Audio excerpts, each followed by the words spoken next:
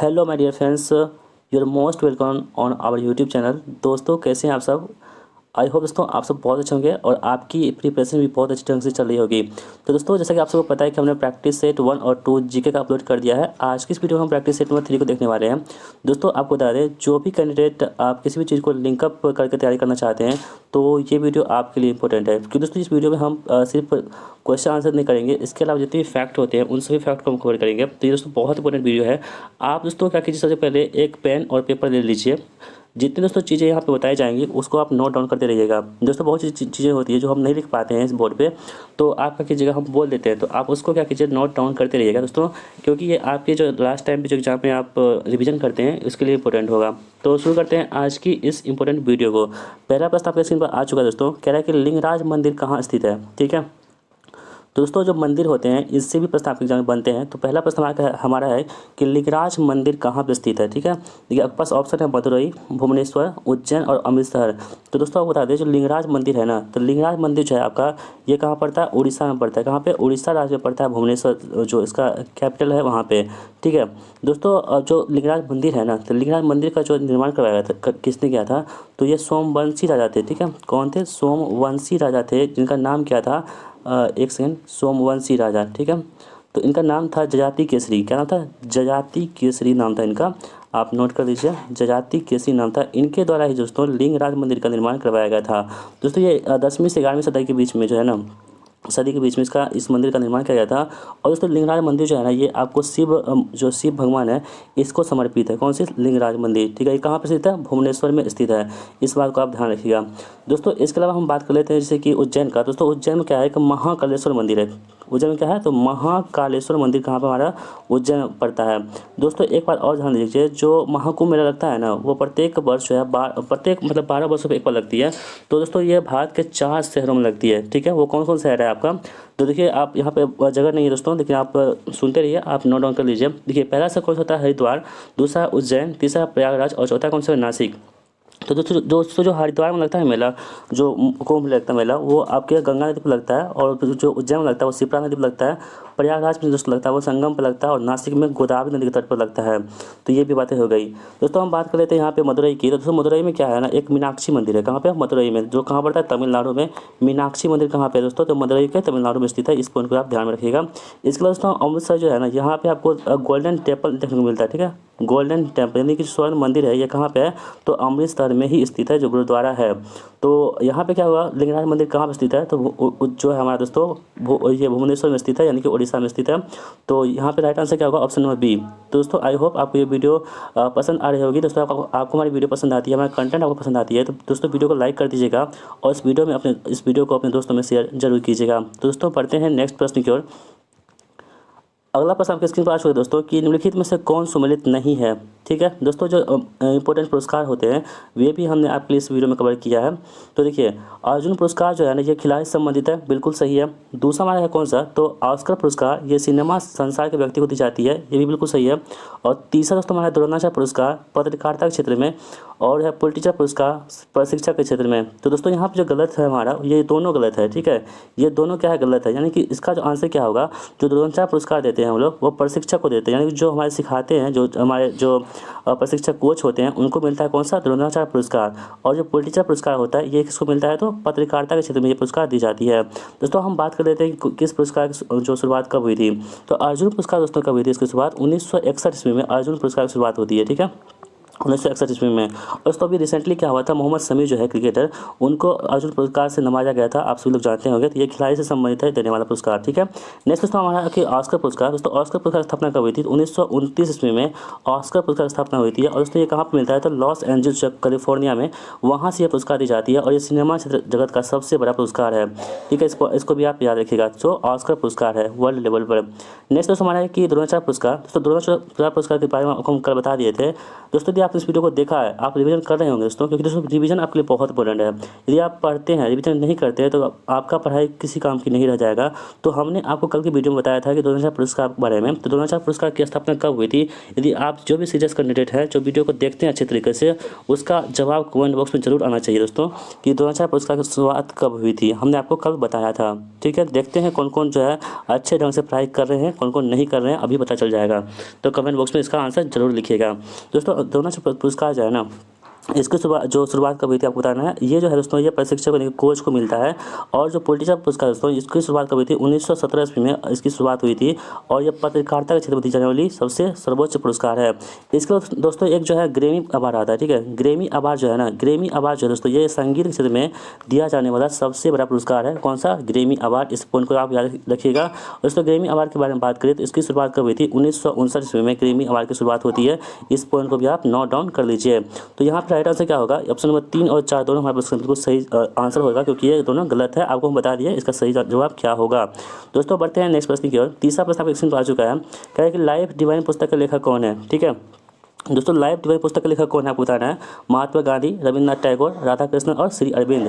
तो देखिए life divine पुस्तक जो लेखक है ना, ये आपका कौन सा? श्री अरविंद है। ठीक है, श्री अरविंद। दोस्तों यहाँ पे थोड़ी सी ध्यान रखिएगा, आपको सिर्फ यहाँ पे एक जो वर्ड को उलट पलट कर देगा ना, जैसे कि आप लाइफ डिवाइन है ना, तो डिवाइन लाइफ कर देगा। यदि आपके डिवाइन लाइफ यदि कर दिया जाए यहाँ पे, तो दोस्तों इसका आंसर बदल जाएगा। ठीक है, इसको आप ध्यान रखिएगा। जैसे कि यहाँ पे आपका है ना लाइफ डिवाइन, तो इसका लेखक का नाम कौन है? तो अरविंद है, श्री अरविंद है।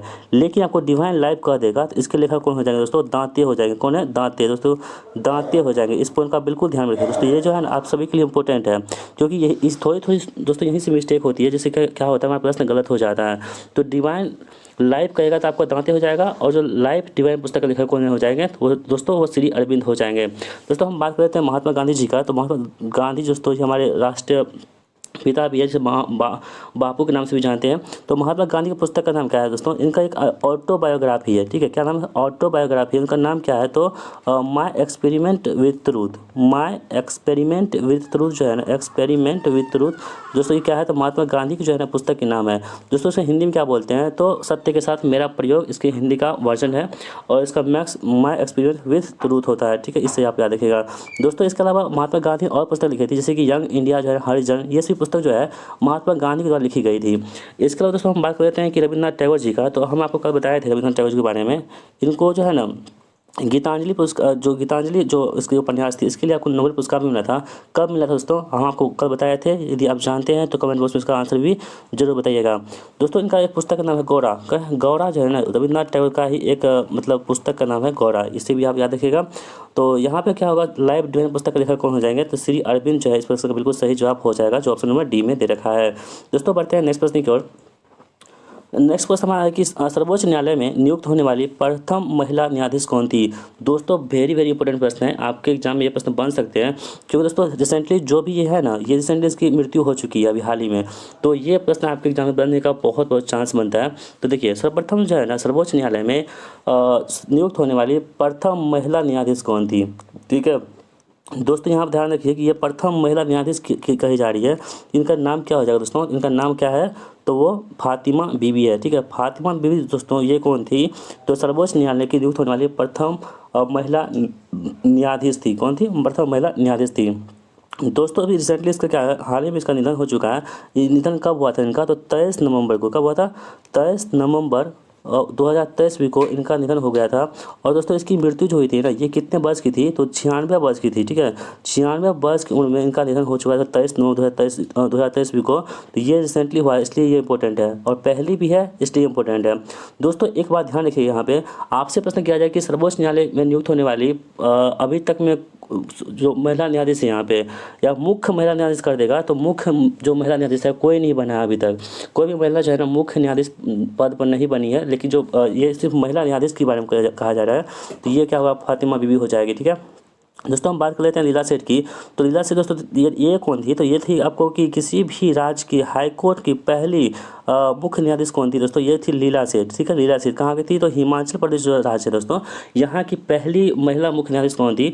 तो जो हाई कोर्ट थी ये थी लीला सेठ। कौन थी? लीला सेठ थी। दोस्तों हम बात कर लेते हैं अन्ना जॉर्ज की। तो अन्ना जॉर्ज मल्होत्रा जो है ना, ये भारत की पहली IAS महिला थी। कौन थी? अन्ना जॉर्ज। और दोस्तों एक प्रश्न आपसे ये भी बनेगा कि भारत की प्रथम महिला IPS कौन थी? तो भारत की प्रथम महिला IPS जो थी ना, वो कौन थी? किरण बेदी। कौन थी? किरण बेदी दोस्तों कौन थी? भारत की प्रथम महिला IPS महिला थी। इस पॉइंट को भी आप बिल्कुल ध्यान में रख लीजिएगा। तो यहाँ पे ऑप्शन नंबर क्या होगा? 3 हमारे प्रश्न का बिल्कुल सही जवाब हो जाएगा। दोस्तों हम बढ़ते हैं नेक्स्ट प्रश्न की ओर। अगला प्रश्न दोस्तों आपके स्क्रीन पर आ चुका है कि रेड क्लिफ रेखा किन दो देशों के बीच में सीमा रेखा बनाती है? दोस्तों ये प्रश्न जो है आपके प्रीवियस में प्रश्न पूछे गए थे इस टाइप के। तो हमने क्या किया है, जितने भी महत्वपूर्ण रेखा है उन सभी प्रश्नों को हमने यहाँ पे कवर करने की कोशिश की है।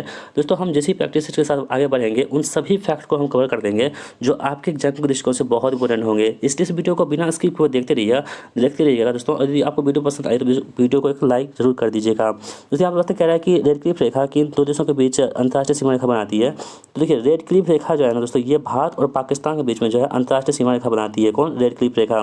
ठीक है, इसके अलावा दोस्तों बात कर लेते हैं भारत और चाइना के बीच में। तो भारत और चाइना के बीच में दोस्तों कौन सी रेखा है?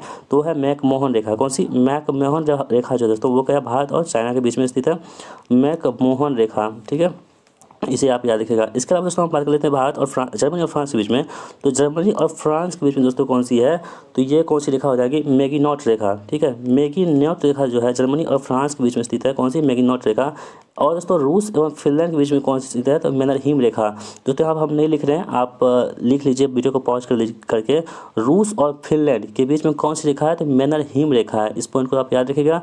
इसके अलावा हम बात कर लेते हैं पाकिस्तान और अफगानिस्तान के बीच में। तो दोस्तों डुरंड रेखा जो है ना, डुरंड रेखा जो है पाकिस्तान और अफगानिस्तान के बीच में है। दोस्तों पहले रेखा था डुरंड रेखा के बारे में बता दें आपको। तो जब भारत का विभाजन नहीं हुआ था, पाकिस्तान जब नहीं बना था, तो भारत और अफगानिस्तान के बीच में था डुरंड रेखा। लेकिन जब दोस्तों भारत और पाकिस्तान का विलय मतलब अलग हो गया था, तब जो है ये रेखा भारत और पाकिस्तान और अफगानिस्तान के बीच में अभी फिलहाल में है। तो यहाँ पे ऑप्शन में क्या होगा? हमारे प्रश्न का बिल्कुल सही जवाब ए हो जाएगा, यानी कि रेड क्लिफ रेखा जो है ये भारत और पाकिस्तान के बीच में स्थित है। तो दोस्तों बढ़ते हैं नेक्स्ट प्रश्न की ओर। अगला प्रश्न आपके स्क्रीन पर आ चुका है। क्या है कि नोबेल पुरस्कार किस में योगदान के लिए नहीं दिया जाता है?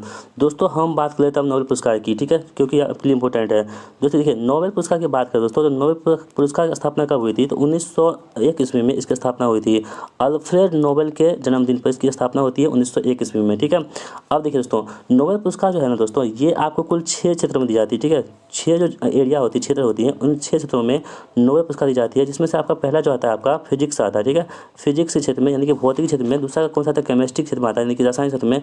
और तीसरा जो चिकित्सा यानी कि जो हेल्थ होती है, इसके क्षेत्र में आती है, चिकित्सा के क्षेत्र में। ठीक है, और इसके अलावा जो हमारा इकोनॉमिक्स है यानी कि अर्थशास्त्र क्षेत्र में मिलता है। और इसके अलावा एक होता है कौन सा? शांति यानी कि पीस के क्षेत्र में, शांति के क्षेत्र में मिलता है। एक और होता है दोस्तों लिटरेचर यानी कि साहित्य के क्षेत्र में पुरस्कार मिलता है। ठीक है, तो जो हमारे भारत के प्रथम मिले थे वो रविन्द्रनाथ टैगोर जी, उनको साहित्य के क्षेत्र में मिला था नोबेल पुरस्कार 1913 ईस्वी में मिला था। तो हमने आपको ये बता दिया। ठीक है, तो यहाँ पे देखिए कह रहा है कि शांति क्षेत्र में, चिकित्सा क्षेत्र में, अर्थशास्त्र और कंप्यूटर विज्ञान। तो दोस्तों हमने आपको बताया था कि 6 क्षेत्र, जैसे कि फिजिक्स हो गया, केमिस्ट्री हो गया, उसके बाद आपका कौन सा हो गया? तो ये हेल्थ हो गया, इकोनॉमिक्स हो गया, और शांति हो गया, उसके बाद साहित्य हो गया। तो दोस्तों इन सभी में से जो आपका है ना कंप्यूटर विज्ञान नहीं है। कंप्यूटर विज्ञान नोबेल पुरस्कार कभी नहीं दिया जाता है, आप इससे ध्यान से सुन लीजिए। ये जो है ना नोबेल पुरस्कार केवल 6 क्षेत्रों में दी जाती है, जिसका नाम कौन सा है? भौतिकी, केमिस्ट्री, हेल्थ, इकोनॉमिक्स और पीस और साहित्य के क्षेत्र में दी जाती है।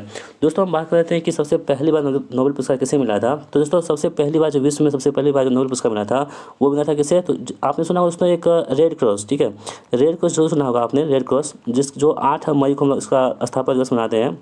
और इसका मुख्यालय कहाँ पे? जेनेवा में स्थित है। इसी के फाउंडर थे कौन? हेनरी डुरेंट। हेनरी डुरेंट को दोस्तों जो है ना पहली बार जो है रेड क्रॉस को मतलब मिला था, ये नोबेल पुरस्कार मिला था, जो शांति के क्षेत्र में मिला था। इस पॉइंट को आप ध्यान में रख सकते हैं। तो यहाँ पर ऑप्शन में क्या होगा? 4। इस प्रश्न का बिल्कुल सही जवाब हो जाएगा। दोस्तों बढ़ते हैं नेक्स्ट प्रश्न की ओर। अगला प्रश्न दोस्तों आपके स्क्रीन पर आ चुका है। दोस्तों ये भी प्रश्न बहुत इंपॉर्टेंट है। कह रहे हैं कि प्रायद्वीपीय भारत में उच्चतम पर्वत चोटी कौन सी है? दोस्तों बात करें प्रायद्वीपीय भारत की, तो दोस्तों आप जैसे कि अपना मैप बनाते हैं इंडिया का, तो देखिए यहाँ जो पार्ट होती है सभी क्या होती है? प्रायद्वीपीय पार्ट होती है। ठीक है, यानी दोस्तों जो साउथ का एरिया होता है उस सभी को हम क्या बोलते हैं? प्रायद्वीपीय पार्ट कहते हैं। यहाँ पर आपसे प्रश्न किया जा रहा है कि प्रायद्वीपीय भारत में सबसे उच्चतम पर्वत चोटी कौन सी है? तो ये आप देखिए सबसे उच्चतम पर्वतचोटी की बात करें दोस्तों तो वो कौन सी है, तो अनामुडी है। ठीक है, अनामुडी। दोस्तों अनामुडी जो है ना, इसकी ऊंचाई कितनी है, तो 2695 जो है ना मीटर है। कितनी है, 2695 मीटर है अनामुडी की ऊंचाई है। और जो है ना अनामुडी, ये आपका जो है ना प्रायद्वीपीय भारत की सबसे ऊंची चोटी कौन सी है, तो अनामुडी है। और दोस्तों इस किस पहाड़ में स्थित है, तो अन्नामलाई पहाड़ में स्थित है। कौन सी, अन्नामलाई पहाड़ में स्थित है कौन सी, अनामुडी। इस पॉइंट को आप ध्यान में रखिएगा दोस्तों। और हम बात करें तो दोदा बेट्टा की, तो दक्षिण भारत की जो है प्रायद्वीपीय भारत की दूसरी सबसे ऊंची चोटी कौन सी है, तो दोदा बेट्टा है। इसकी ऊंचाई कितनी है, तो 2637 कितनी है, 2637 मीटर है। ठीक है, ठीक है। तो दोस्तों ये किसका है, तो नीलगिरी पहाड़ी की सर्वोच्च चोटी है। आपसे ये ऐसे प्रश्न पूछा जाएगा यदि कि नीलगिरी पहाड़ी की सर्वोच्च चोटी कौन सी है, तो आपको बताना होगा दोस्तों वो है दोदा बेट्टा। लेकिन दोस्तों आपको पूछा जाए कि अन्नामलाई पहाड़ी कौन सी है, तो वो है अनामुडी। और बात करें दोस्तों कि प्रायद्वीपीय भारत की सबसे ऊंची चोटी कौन सी है, वो कौन सी है, अनामुडी हो जाएगी। और दूसरे नंबर कौन सा आ जाएगा, हमारा दोदा बेट्टा आ जाएगा। तो इस पॉइंट को आप बिल्कुल ध्यान में रखिएगा दोस्तों। ये प्रश्न आपके लिए बहुत ही ज़्यादा इंपॉर्टेंट है। इसमें बहुत सारे लोग जो होते हैं कन्फ्यूज होते हैं, आपको कन्फ्यूज नहीं होना है दोस्तों। बढ़ते हैं नेक्स्ट प्रश्न की ओर। लोकटक झील किस राज्य में स्थित है, दोस्तों झील से प्रश्न एग्जाम बनते हैं, तो जो इंपॉर्टेंट झील है उन सभी को हम कवर करेंगे यहाँ पे। तो लोकटक झील की बात करें दोस्तों, तो लोकटक झील कहाँ पर स्थित है, तो देखिए सिक्किम दोस्तों बात कर लेते हैं हम। सिक्किम में कौन सा झील है हमारा, तो सिक्किम में एक है खेचे ऑफ सिटी।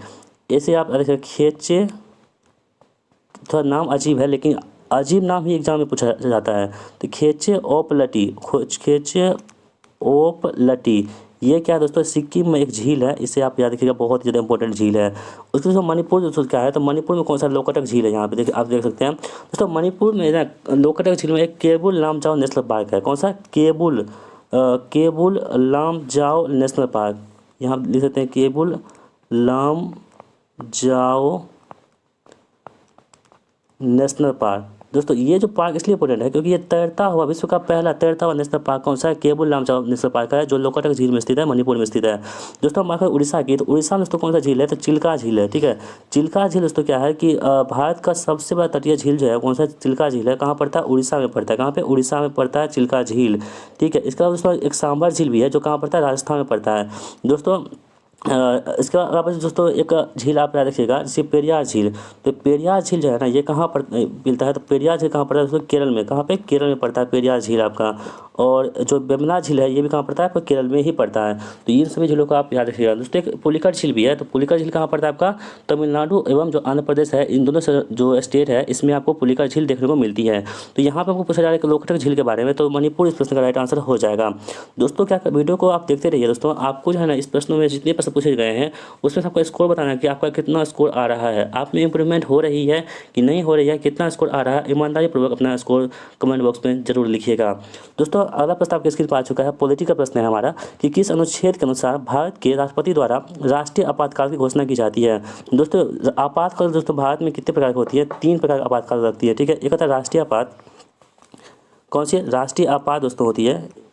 ठीक है, और दूसरा कौन सा नाम आता है, एक होता है कि राष्ट्रपति शासन, जो राज्य में लगती है जब राज्य की स्थिति गड़बड़ा जाती है। ठीक है, तो राज्यपाल जो है, राज्यपाल की सिफारिश पर राष्ट्रपति जो होते हैं किसी वो क्या करते हैं, उस राज्य में जिस राज्य में स्थिति गड़बड़ होती है वहाँ पर राष्ट्रपति शासन को लागू करती है। एक होता है राष्ट्रपति शासन। ठीक है, राष्ट्रपति शासन होती है। और दोस्तों एक होता है कौन सा हमारा, एक होता है वित्तीय आपात। ठीक है, वित्तीय आपात यानी दोस्तों जब देश में, किसी भी देश में जब पैसे मतलब सरकार के पास पूरी तरह से जो होती है फिनेंशियल जो होती है वो क्राइसिस आ जाती है, यानी कि जो पैसे की कमी आ जाती है, मंदी आ जाती है, तो उस स्थिति को क्या बोलते हैं हम लोग, वित्तीय आपात कहते हैं दोस्तों। अनुच्छेद की बात कर लेते हैं यहाँ पे। तो जो हमारा राष्ट्रीय आपात लगता है ना, ये 352 के तहत लगता है। कितना, 352 के तहत लगता है, अनुच्छेद 352 में दिया रखा है। राष्ट्रपति शासन में लगता है दोस्तों 356 में लगता है, और जो वित्तीय आपात लगता है वो 360 में लगता है। ठीक है, इस तीनों को याद रखिएगा दोस्तों। अभी तक जो है ना वित्तीय आपात जो है अपने देश भारत में नहीं लगा है, क्योंकि दोस्तों ऐसा स्थिति कभी नहीं बनी है जो भारत में सरकार के पास पैसे ही खत्म हो जाए, ऐसा स्थिति अभी तक नहीं बनी है। इसलिए भारत में जो है ना वित्तीय आपात नहीं लगा अभी फिलहाल। लेकिन दोस्तों राष्ट्रपति शासन बहुत लग चुके हैं। तो यहाँ प्रश्न कह रहा था आपके राष्ट्रीय आपात के बारे में कह रहा है दोस्तों। ये 352 तो क्या हो जाएगा, यहाँ पे राष्ट्रीय आपात हो जाएगा। ठीक है, तो 352 इस प्रश्न राइट आंसर हो जाएगा दोस्तों। हम बात करते हैं 370 की। तो दोस्तों 370 जो है ये आपके जम्मू कश्मीर में पहली बार, जम्मू कश्मीर में जो स्पेशल स्टेटस है जम्मू कश्मीर का, यानी कि विशेष राज्य का दर्जा मिला था जम्मू कश्मीर को, वो अनुच्छेद 370 के तहत ही मिला था, जिसे 2019 में से समाप्त कर दिया गया है। तो फिलहाल यहाँ पे राइट आंसर क्या हो जाएगा, option number 3 will be the right answer. Next question दोस्तों हमारा, भारत के मुख्य चुनाव आयुक्त को नियुक्ति कौन करते हैं? दोस्तों ये प्रश्न बहुत इंपॉर्टेंट है, क्योंकि दोस्तों अभी रिसेंटली आपके जो है ना चुनाव होने वाले हैं, तो चुनाव से संबंधित जितने भी प्रश्न होंगे आपके एग्जाम में प्रश्न पूछे जाएंगे। तो चुनाव आयोग के बारे में बात करें दोस्तों, तो अनुच्छेद जो आर्टिकल जो है ना, आर्टिकल 324 324 दोस्तों कौन सा है हमारा, ये निर्वाचन आयोग संबंधित जो आर्टिकल है। इसमें दोस्तों जो मुख्य चुनाव आयुक्त होते हैं, चीफ इलेक्शन कमिश्नर जो होते हैं, इसकी नियुक्ति कौन करते हैं? तो इसकी नियुक्ति जो वो करते हैं भारत के राष्ट्रपति करते हैं। ठीक है, जो भारत के राष्ट्रपति वर्तमान कौन है, तो द्रौपदी मुर्मू जी हैं। दोस्तों ये किस क्रम के हैं? ठीक है, थोड़ा सा इंटरेस्टिंग प्रश्न है। द्रौपदी मुर्मू जी जो है भारत के राष्ट्रपति, वो किस क्रम के हैं? यदि आप जानते हैं तो कमेंट बॉक्स में इसका आंसर जरूर बताइएगा। हम आपके जो रिप्लाई जो आंसर है उसका वेट करेंगे, देखते हैं कौन इसका जवाब देते हैं। फिर से प्रश्न करते हैं दोस्तों आपसे कि भारत के वर्तमान राष्ट्रपति जो द्रौपदी मुर्मू जी हैं, उसका मतलब क्रम कौन सा है, आपको बताना है कमेंट बॉक्स में। देखिए दोस्तों, जब बात करें तो हम राष्ट्रपति जो क्या करते हैं, तो भारत के जो मुख्य चुनाव आयुक्त होते हैं इसकी नियुक्ति करते हैं कौन से? राष्ट्रपति करते हैं। और वर्तमान दोस्तों कौन है, तो राजीव कुमार दोस्तों भारत के जो चीफ इलेक्शन कमिश्नर है वो कौन है? राजीव कुमार जी हैं। ठीक है, इसके अलावा हम बात कर लेते हैं कि भारत के प्रथम मुख्य जो चुनाव आयुक्त थे वो कौन थे, तो सुकुमार सेन थे। कौन थे? सुकुमार सेन जो थे भारत के प्रथम मुख्य चुनाव आयुक्त थे। इस पॉइंट को भी आप बिल्कुल ध्यान में रख लीजिएगा। ठीक है, तो यहाँ पे क्या हो जाएगा, ऑप्शन नंबर सी बिल्कुल द राइट आंसर हो जाएगा। ठीक है दोस्तों, बढ़ते हैं नेक्स्ट प्रश्न की ओर। दोस्तों भारत के मुख्य न्यायाधीश कौन है वर्तमान में, तो वो डी.वाई. चंद्रचूड़ साहब है। ऐसे कौन नहीं जानते हैं, तो डी.वाई. चंद्रचूड़ साहब जो है दोस्तों वो वर्तमान में कौन है? भारत के मुख्य न्यायाधीश हैं। और जो भारत के मुख्य चुनाव आयुक्त कौन है वर्तमान में? राजीव कुमार जी हैं। प्रधानमंत्री कौन दोस्तों? तो नरेंद्र मोदी जी हैं। और लोकसभा अध्यक्ष कौन है, तो ओम बिरला जी हैं, 17वीं लोकसभा के अध्यक्ष हैं। राष्ट्रपति कौन है? द्रौपदी मुर्मू जी हैं। दोस्तों बढ़ते हैं नेक्स्ट प्रश्न की ओर। जैव कोशिका का कौन सा भाग पावर हाउस कहलाता है? दोस्तों आपके पास प्रश्न संख्या जो है 12 में विज्ञान का प्रश्न आ चुका है, साइंस के प्रश्नों को हमने यहाँ पर रखा है। यहाँ पर कह रहा है कि जो जैव विकास कोशिका होती है इसमें कौन सा पावर हाउस कहलाती है? दोस्तों पावर हाउस जो होती है ना, ये माइटोकॉन्ड्रिया को हम लोग पावर हाउस के नाम से जानते हैं, power house of the cell कहते हैं। ठीक है, power house of the cell के नाम से कैसे जानते हैं, तो माइटोकॉन्ड्रिया को power house of the cell कहा जाता है। ठीक है, यानी कि जो ऊर्जा जो मतलब बनाता है वो कौन होता है? माइटोकॉन्ड्रिया ही बनाती है। दोस्तों राइबोसोम का काम होता है? प्रोटीन का संश्लेषण करना होता है। ठीक है, प्रोटीन का जो संश्लेषण होता है, प्रोटीन फैक्ट्री किसे कहते हैं, प्रोटीन फैक्ट्री किसे कहते हैं, तो राइबोसोम को प्रोटीन फैक्ट्री के नाम से जानते हैं। दोस्तों लाइसोसोम जो होती है उसे सुसाइड बैग कहते हैं, यानी कि आत्महत्या की थैली के नाम से भी लाइसोसोम को जानी जाती है। दोस्तों कोशिका भित्ति जो होती है काइटिन की बनी होती है। दोस्तों जो पादप कोशिका होती है और जो जंतु कोशिका होती है, इसके बीच में जो सबसे बड़ा अंतर होता है वो कोशिका भित्ति को लेकर ही होता है। जैसे कि जो कोशिका भित्ति होती है वो केवल और केवल पादप कोशिका में पाई जाती है, यानी कि जो प्लांट टिश्यू होती है उसमें पाई जाती है। जो एनिमल टिश्यू होती है इसमें कोशिका झिल्ली पाई जाती है। इस पॉइंट को आप ध्यान रखिएगा। यहाँ पर प्रश्न आपसे पूछा जा रहा था कि जैव कोशिका कौन सा भाग पावर हाउस कहलाता है, तो दोस्तों माइटोकॉन्ड्रिया जो है ये आपका जैव कोशिका जो भाग है वो जो है पावर हाउस के नाम से जाना जाता है। तो दोस्तों आई होप आपको वीडियो पसंद आ रही होगी। दोस्तों वीडियो कैसा लगता है आपको, अपना फीडबैक जरूर शेयर करिएगा। दोस्तों आपके फीडबैक का हम इंतजार करते रहते हैं, क्योंकि आपके फीडबैक से हमें मोटिवेशन मिलता है और हम आपके लिए अच्छे अच्छे कंटेंट को लाने की कोशिश करते हैं। तो अपना फीडबैक जरूर शेयर कीजिएगा। दोस्तों बढ़ते हैं नेक्स्ट प्रश्न की ओर। भारी जल का रासायनिक फॉर्मूला क्या होता है? दोस्तों भारी जल लाने का यहाँ पे एक ही तात्पर्य है दोस्तों कि इसको आपको समझाना। देखिए हाइड्रोजन के 3 समस्थानिक होते हैं। क्या होते हैं? हाइड्रोजन के जो दोस्तों वो 3 समस्थानिक होते हैं। जो आइसोटॉप्स होते हैं हाइड्रोजन कितने होते हैं? 3 होते हैं। ठीक है, पहला दोस्तों कौन सा होता है हमारा 1H1 होता है, यानी कि जो ये हमारा कौन सा प्रोटियम होता है। दूसरा होता है 1H2, ये होता है ड्यूटेरियम। और तीसरा होता है 1H3, ये क्या होता है? ट्रिटियम होता है। ठीक है, तो दोस्तों भारी जल जो होता है हमारा ये कहता है प्रोटियम होता है, ये क्या होता है? ड्यूटेरियम होता है, यानी कि ये दूसरा वाला होता है। और दोस्तों भारी जल इसका फॉर्मूला क्या होता है? D2O होता है। और दोस्तों इसका काम क्या होता है ना, जो नाभिकीय रिएक्टर होती है इसमें मंदक के रूप में इसका काम करते हैं। किसका? भारी जल का इस्तेमाल करते हैं। और भारी जल की खोज किसने की थी? तो भारी जल की खोज किसने? यूरे नामक वैज्ञानिक थे, उनके द्वारा ही भारी जल का खोज किया गया था। इस पॉइंट को आप ध्यान रख लीजिएगा। दोस्तों H2O क्या होता है? ये जल होता है। ठीक है, जल ही जीवन है, ये आपने सुना होगा। H2O क्या होता है? जल होता है। H2SO4 की बात करें दोस्तों, तो H2SO4 क्या होती है? क्या होती है? एक सल्फ्यूरिक एसिड होती है। ठीक है, H2SO4 क्या होती है? अम्लराज जिसे बोलते हैं। H2SO4 क्या होती है? सल्फ्यूरिक एसिड होती है। ठीक है, इस पॉइंट को आप ध्यान में रखिएगा। यहाँ पे ऑप्शन में क्या होगा? ए यहाँ पे राइट आंसर हमारा हो जाएगा। दोस्तों बढ़ते हैं अगले प्रश्न की ओर। हाल ही में भारत का पहला राष्ट्रीय डॉल्फिन अनुसंधान केंद्र का उद्घाटन कहाँ किया गया? दोस्तों वेरी इंपोर्टेंट प्रश्न है, बहुत ज़्यादा इंपोर्टेंट प्रश्न है आपके एग्जाम के लिए। दोस्तों ये बिहार से संबंधित है और आपका एग्जाम भी बिहार में ही होने वाला है, तो ये इंपोर्टेंट प्रश्न है, आपके एग्जाम जरूर पूछे जाएंगे। दोस्तों इसे आप नोट डाउन कर लीजिएगा कि कह रहा है कि हाल ही में भारत का पहला राष्ट्रीय डॉल्फिन अनुसंधान केंद्र कहाँ खोला गया है। तो दोस्तों अभी हाल ही दोस्तों बिहार के मुख्यमंत्री नीतीश कुमार जी के द्वारा हाल ही में जो है ना भारत की जो ये NIT आपने देखा होगा, NIT के बगल में आपको कौन सा डॉल्फिन अनुसंधान केंद्र खोला गया है। NIT पटना जो है दोस्तों वो गंगा घाट के किनारे वहीं पर दोस्तों ये क्या है तो डॉल्फिन अनुसंधान केंद्र खोला गया है। तो कहाँ पे? NIT पटना में। तो दोस्तों इसका जो उद्घाटन किया था वो CM जो है वर्तमान में कौन है? नीतीश कुमार जी इनके द्वारा जो है इसका मतलब क्या गया था उद्घाटन।